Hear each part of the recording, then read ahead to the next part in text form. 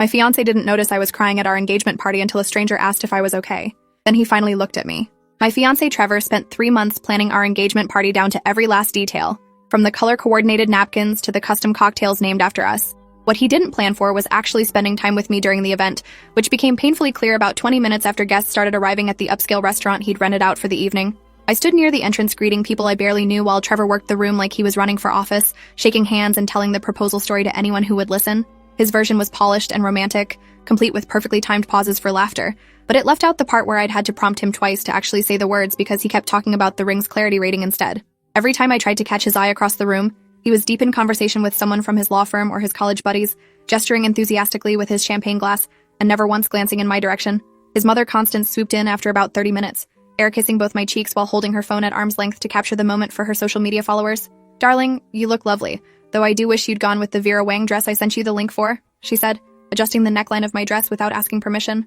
"This is a bit too simple for such an important occasion, don't you think?" Before I could respond, she was already pulling me toward a group of her country club friends, introducing me as Trevor's fiancé, while somehow making it sound like a temporary position I was auditioning for, rather than a commitment we'd both made. The women asked polite questions about wedding plans, and I tried to answer enthusiastically, even though Trevor and I hadn't actually discussed any details beyond agreeing we should probably get married sometime next year. "We're thinking maybe a spring wedding," I offered, and Constance immediately corrected me with a patronizing laugh. "Oh no, dear. Spring is far too soon. We'll need at least 18 months to plan something appropriate for the family, probably a fall wedding in 2 years. She turned to her friends and stage whispered, "She's still learning how these things work." I excused myself to get another drink, fighting the tightness in my throat that always appeared when Constance talked about me like I was a particularly slow student in a class she was forced to teach. At the bar, Trevor's college roommate Nathan ordered shots for himself and his girlfriend while barely acknowledging my presence, even though we'd met at least 5 times before. His girlfriend Melissa gave me a sympathetic smile that suggested she knew exactly how invisible I felt, but wasn't sure how to help. I ordered a wine I didn't really want and turned to scan the room for Trevor, finally spotting him in the corner with his arm around his best man Christopher, both of them laughing at something on Christopher's phone. The bartender set down my wine with a concerned expression, probably because I was gripping the edge of the bar hard enough that my knuckles had gone white. I paid for the drink I wouldn't finish and made my way to the bathroom, needing just 5 minutes away from the performance of being the happy bride-to-be. The bathroom was one of those fancy restaurant ones with actual furniture and soft lighting, designed to make you forget you were in a room meant for bodily functions. I sat on the velvet ottoman in the corner and finally let myself acknowledge what had been building all evening. This party wasn't about us or our relationship or celebrating a future together. It was about Trevor showing off for his parents and his colleagues, proving he'd successfully checked another box on the path to partnership at his firm. The engagement itself had felt the same way, executed at the exact restaurant where his parents had gotten engaged, with his whole family coincidentally present because his mother had insisted on planning a birthday dinner for his father on the same night. I should have seen the pattern then, but I'd convinced myself I was being too sensitive, that this was just how his family operated. I'd been crying for maybe 2 minutes, trying to do it quietly so no one would hear, when someone knocked softly on the bathroom door. "Occupied?" I called out, my voice cracking on the word. "I know," said a woman's voice from the other side. "I saw you come in here looking upset and I wanted to make sure you're okay. I'm Freya. I'm here with the Carmichael party. Probably crashed your event, honestly." I opened the door to find a woman about my age with kind eyes and an outfit that suggested she'd dressed for a much more casual gathering than the formal affair happening in the main dining room. She held up her hands in a gesture of peace and said, "I know this is weird, but I've been watching you all night and you look like you need a friend right now." Something about her directness made the tears come faster, and before I could stop myself, I was telling this complete stranger everything. How Trevor had proposed in front of his entire family before I'd even said yes, assuming my answer and leaving me no real choice but to go along with it. How we'd been together for 3 years, but I still felt like I was auditioning for a role in his life, rather than building a life together. How his mother had opinions about everything from my career to my hair to my choice of friends, and Trevor never once stood up for me or suggested his mother might be overstepping. Freya listened without interrupting, occasionally handing me tissues from her purse, and when I finally ran out of words, she said something I desperately needed to hear. "That sounds exhausting, and you don't sound like someone who's excited to marry this man." The truth of it hit me so hard I had to sit back down on the ottoman. Freya sat next to me and continued gently, "I don't know you or your fiancé, so maybe I'm completely wrong here. But from what I've seen tonight, you've been standing alone or with his mother for over an hour while he networks with everyone except you. And now you're crying in the bathroom at your own engagement party while he hasn't even noticed you're gone." She paused and looked at me seriously. "Is this really what you want for the rest of your life? Because marriage doesn't fix these problems, it just makes them permanent."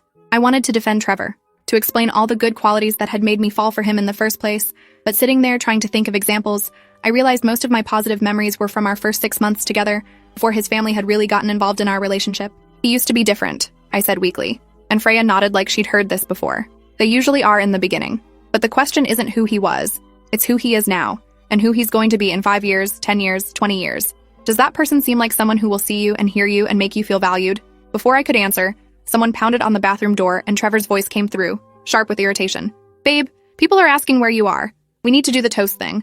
Not asking if I was okay or why I'd been gone for 20 minutes, just annoyed that I wasn't where I was supposed to be for his schedule. Freya raised her eyebrows and mouthed, "Really?" before standing up and opening the door before I could stop her.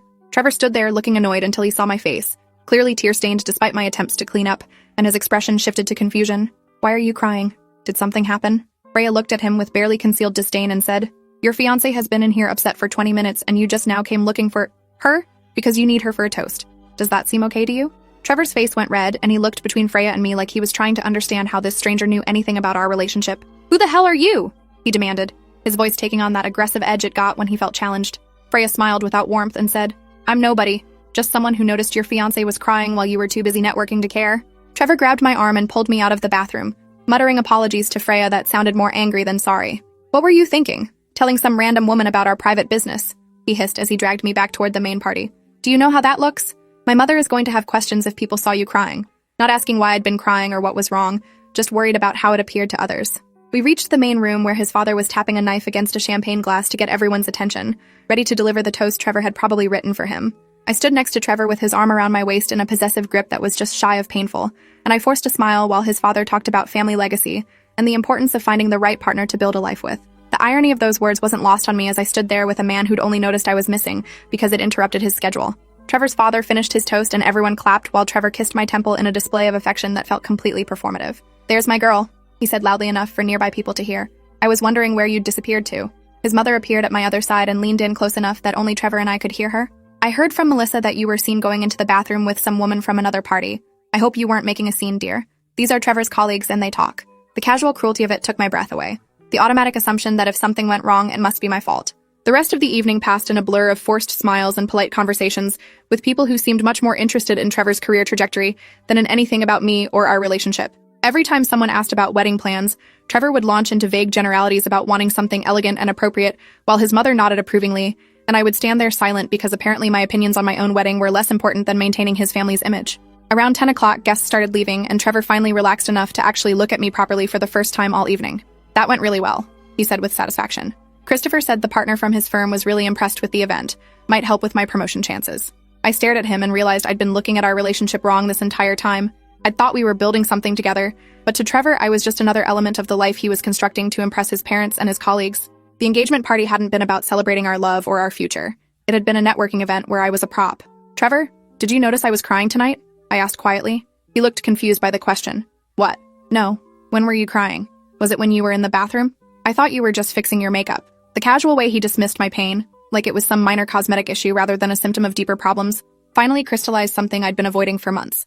"I was in that bathroom for over 20 minutes crying hard enough that a complete stranger came to check on me," I said, hearing my voice get stronger as I continued. "And you didn't notice I was gone until you needed me for a photo opportunity with your parents." Trevor's expression shifted from confusion to defensive irritation. "That's not fair. I was hosting a party with 100 guests. I can't be expected to track your location every second. And maybe if you'd told me you were upset instead of hiding in the bathroom, I could have done something about it." The instinct to apologize and smooth things over was almost overwhelming, but Freya's words echoed in my head. "Is this really what you want for the rest of your life?" I took off the engagement ring, that massive diamond Trevor had spent months selecting because it would photograph well and impress his mother, and held it out to him. "I can't do this," I said, and watched his face cycle through disbelief, anger, and finally calculation as he glanced around to see if anyone was watching. "You're breaking up with me at our engagement party?" he hissed, grabbing my wrist but not taking the ring. "Do you have any idea how embarrassing this is? My parents paid for this entire event. The fact that his first concern was embarrassment rather than losing me told me everything I needed to know." "I'm sorry," I said, meaning it in a way I hadn't meant my apologies to him in months, "but I can't marry someone who doesn't notice when I'm falling apart right in front of them." His mother materialized beside us with the supernatural timing she'd perfected over years of managing her son's image. "Is there a problem?" she asked in that deceptively calm voice she used before destroying someone. Trevor showed her the ring I was still holding and said, "She's making a scene," not explaining the situation or expressing any emotion, just framing it as me causing trouble again. Constance looked at me with cold fury and said, "I knew you weren't ready for this family. Trevor, darling, why don't you go finish saying goodbye to the guests while I handle this?" She took my elbow in a grip that looked gentle but hurt, steering me toward a quiet corner of the restaurant. "I don't know what kind of stunt you think you're pulling," she said quietly, "but you will not humiliate my son in front of his colleagues and our friends. You will put that ring back on, smile for the rest of the evening, and if you still want to end things, you'll wait until a reasonable amount of time has passed and do it privately with a story we can all agree on." The sheer audacity of it. The assumption that her son's reputation was more important than my actual feelings or well-being gave me a clarity I'd been lacking all evening. "No," I said simply, and watched her face register shock that I'd refused her. "I'm leaving now, and Trevor can explain it however he wants. I don't care anymore." I walked past her toward the exit, still holding the ring because Trevor hadn't actually taken it back. Freya was standing near the door talking to her friends, and she caught my eye, giving me a subtle thumbs up that made me want to cry again, but in a different way. Outside the restaurant, the night air felt impossibly fresh after hours in that suffocating space. I stood on the sidewalk trying to decide where to go since Trevor and I lived together, and I definitely wasn't going back to our apartment tonight. My phone buzzed with texts from Trevor alternating between anger and attempts at manipulation. "You're being completely irrational," followed by, "I love you, please don't do this," followed by, "My mother is right, you're not mature enough for this commitment." I was about to call my best friend Laura when Freya appeared next to me on the sidewalk. "Hey," she said gently, "I don't want to overstep, but my place is like 10 minutes from here if you need somewhere to crash tonight. My roommate makes really good tea and we're both excellent at trash-talking terrible men." I started crying again, overwhelmed by the kindness of this stranger who'd shown me more genuine care in one evening than my fiancé had in months. "You don't even know me," I said through tears. "Why would you do this?" Freya shrugged and smiled. "Because I've been where you are, trying to convince myself that a relationship was working when every sign pointed to the opposite. Someone helped me get out and I'm just paying it forward. Plus, anyone who makes you cry that hard at your own engagement party doesn't deserve you." I followed her to her apartment where her roommate Isla immediately made tea without asking questions, and the three of us sat in their living room while I told them the full story of my relationship with Trevor and his family. The next morning, I woke up on Freya's couch to 17 missed calls from Trevor and a dozen texts from his mother, each one more threatening than the last about legal action and reputation damage. There were also messages from mutual friends who'd apparently heard his version of events, several of them expressing disappointment that I'd caused a scene and embarrassed Trevor. Only Laura's messages were supportive, offering to help me move my stuff out of Trevor's apartment and threatening to key his car if I wanted her to. I spent that morning creating a plan. I'd go to the apartment while Trevor was at work, pack my essential belongings, and stay with Laura until I figured out my next move. Freya offered to come with me for moral support and safety, which I accepted gratefully because I wasn't entirely sure how Trevor would react. When we got to the apartment, I expected it to be empty but found Constance waiting there instead, sitting on the couch like she owned the place. "I convinced Trevor to let me talk to you first," she said, her voice dripping with false sweetness. "I think we can work this out if you're willing to be reasonable." She proceeded to outline her plan. I would apologize publicly for the misunderstanding. We would reset the engagement with a smaller, more private ceremony, and in return she would help me find a more suitable career since my current job as a graphic designer was not quite appropriate for the family. The absolute gall of thinking she could negotiate my life like a business transaction made me want to laugh and scream simultaneously. "I'm not interested in your plan," I said, moving past her toward the bedroom to pack. She followed me, her voice getting sharper as her false kindness evaporated. "You're making a huge mistake. Trevor is a catch. Any woman would be lucky to marry him. You're throwing away security and status because you're too immature to handle a little family input." I stopped packing and turned to face her. "Your son didn't notice I was crying at our engagement party until a stranger pointed it out. He didn't comfort me. He didn't ask what was wrong. He just worried about how it looked to his colleagues. That's not love. That's not even basic human decency. It's treating me like an accessory to his life rather than a partner in it." Constance's mask dropped completely and her face twisted with rage. "You ungrateful little nobody. My son gave you a chance at a life you could never have achieved on your own, and this is how you repay him? By humiliating him in front of everyone who matters?" The classism that had always been lurking under her polite exterior was now fully on display, and I realized she'd never seen me as good enough for Trevor. Had probably been hoping I'd mess up so she could convince him to trade up. "I'm sorry you wasted money on the engagement party," I said, meaning none of it. "But I'd rather be a nobody who respects herself than someone's accessory who cries in bathrooms while nobody notices." I finished packing my 2 suitcases while Constance called Trevor to report my hostile behavior, and Freya helped me carry everything down to Laura's car that had just pulled up outside.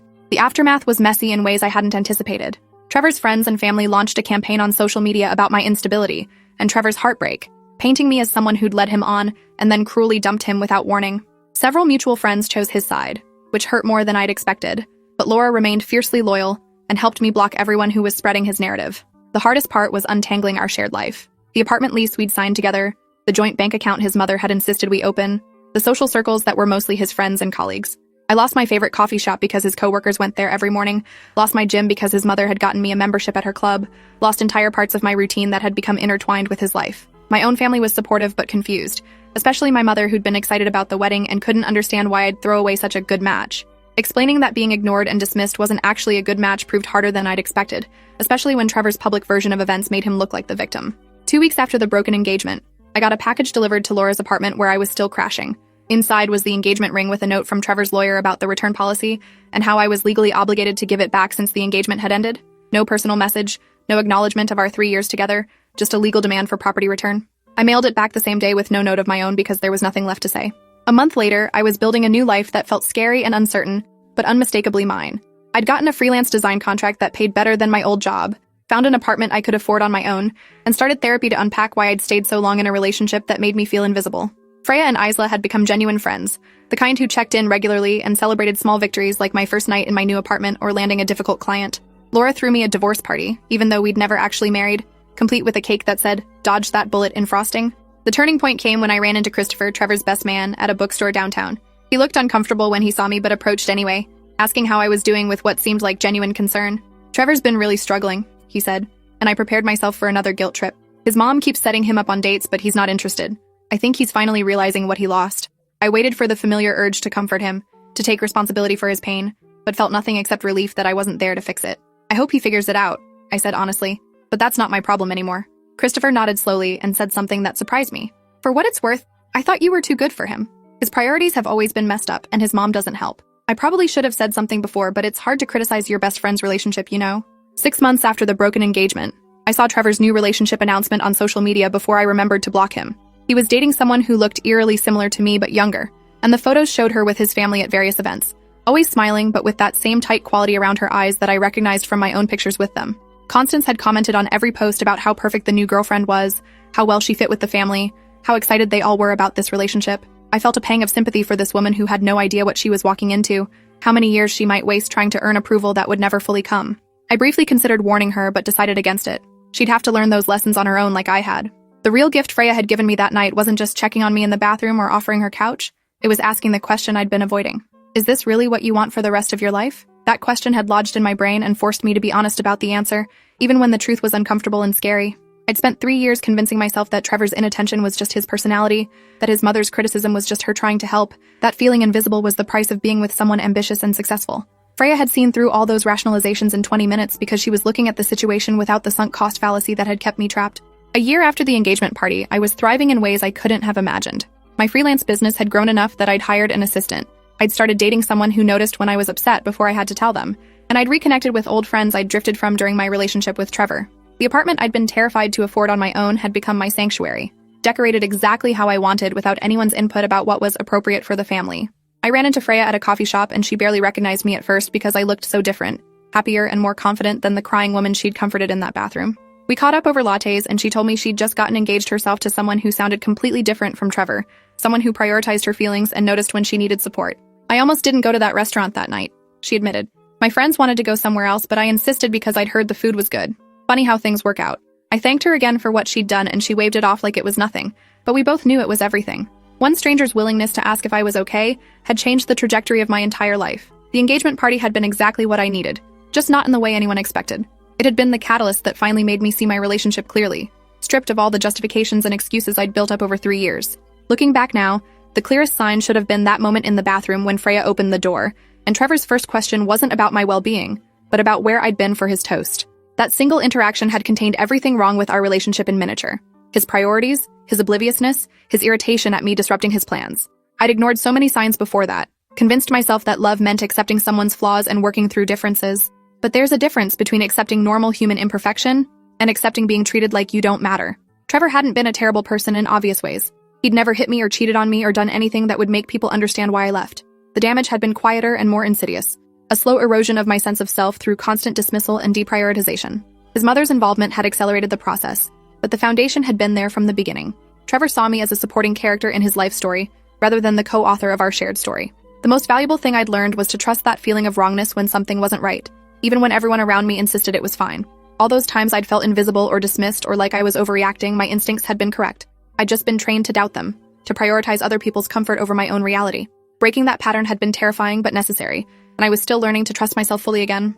My current partner Graham noticed everything about me in ways that would have seemed overwhelming if I hadn't experienced the opposite extreme with Trevor. He remembered my coffee order without being told, noticed when I was stressed before I mentioned it, asked about my day, and actually listened to the answers. The first time he threw me a birthday party, he invited my friends instead of his, planned activities I enjoyed instead of what would impress others, and spent the evening checking in with me to make sure I was having fun. The contrast was so stark it made me realize how much I'd normalized dysfunction with Trevor. These weren't grand romantic gestures. They were basic indicators of someone who saw me as a full person worthy of attention and care. Graham had met Freya at a dinner party I'd hosted, and they'd bonded over their shared role in helping me escape that relationship, joking about forming a support group for people who rescue their friends from terrible situations. The easy way Graham accepted my past without jealousy or judgment was another sign I'd found something healthy this time. When I told him the full story of the engagement party and the bathroom crying, he'd gotten quiet and said, "I'm glad that stranger found you, but I'm sorry you needed a stranger to notice because your fiancé couldn't be bothered."